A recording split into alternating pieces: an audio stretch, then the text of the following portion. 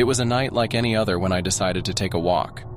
The moon hung low in the sky, casting eerie shadows on the deserted streets. I had always enjoyed the solitude of the late-night hours, the quiet calm that settled over the city. My name is Jack, and I had recently moved to a new town. My apartment was small and suffocating, and the city was unfamiliar.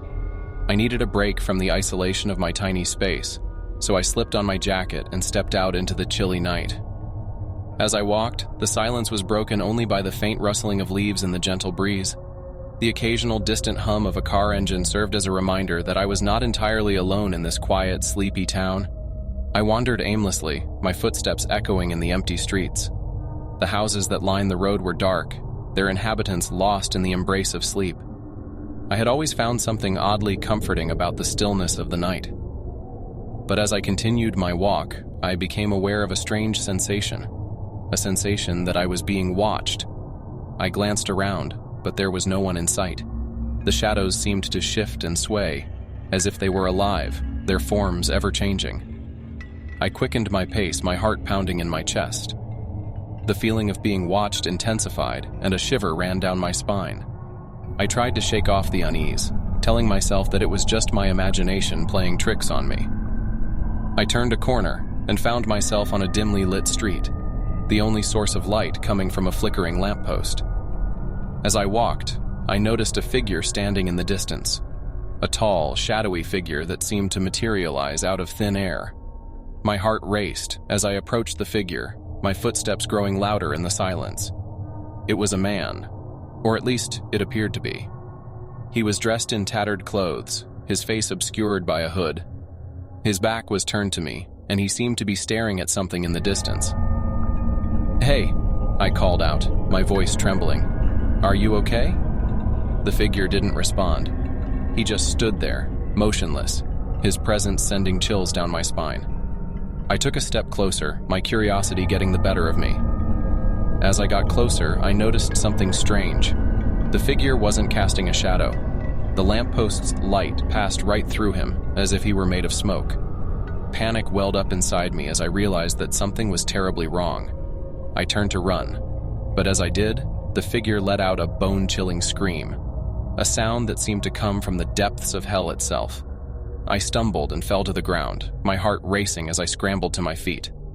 I ran as fast as my legs could carry me, the sound of the figure's haunting scream echoing in my ears. I didn't dare look back, my only thought to escape whatever malevolent presence was pursuing me. I reached my apartment building, my breath ragged as I fumbled for my keys. I rushed inside, locking the door behind me. I was safe, or so I thought. I couldn't shake the feeling that something was still out there, lurking in the darkness. I paced back and forth in my apartment, my mind racing with fear and uncertainty. I had no explanation for what had happened, no rational explanation for the figure I had encountered on that lonely street. Hours passed, but I couldn't bring myself to sleep. I kept the lights on, the glow offering a feeble sense of security. I couldn't escape the feeling that I was being watched, that the darkness was closing in on me. As dawn broke, I finally allowed myself to relax, the first rays of sunlight banishing the shadows that had haunted me throughout the night. I convinced myself that it had all been a nightmare, a product of my overactive imagination. But as I ventured outside once more, I noticed something that sent a chill down my spine. On the sidewalk, right where I had encountered the figure, there was a single, solitary footprint, a footprint that matched the size and shape of my own. I couldn't explain it. I had been alone on that street, and yet, there it was, an undeniable mark of someone or something that had been there with me. Weeks passed, and I tried to put the incident behind me. I told myself that it had been a bizarre, one-time occurrence, a trick of the mind. But the feeling of being watched never truly left me. One night, as I lay in bed, I heard it, the same bone-chilling scream that had haunted my nightmares. It echoed through the darkness, growing louder and more menacing with each passing second. I jumped out of bed, my heart racing, and rushed to the window. There, in the dim moonlight, I saw the figure once again, standing in the street, staring up at me with empty, soulless eyes. This time, there was no running, no escape.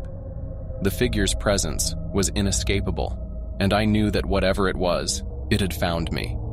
It had been watching me all along, lurking in the shadows, waiting for the right moment to reveal itself. As I stared into those haunting eyes, I realized that I was not alone. I was never alone. The darkness held secrets that I could never comprehend, and I had become a part of its chilling narrative, a narrative that would haunt me for the rest of my days.